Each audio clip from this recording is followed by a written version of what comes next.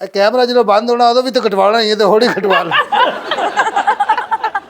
ਲੋਕਾਂ ਦੇ ਸਾਹਮਣੇ ਬੜੇ ਸ਼ਰੀਫ ਬਣ ਜਾਂਦੇ ਹੋ, ਇਹ ਹੁਣੇ ਹੀ ਕੱਟ ਹੋਣਾ ਤੇ ਨਾਲ ਹੀ ਫੱਕ ਫੱਕ ਫੱਕ।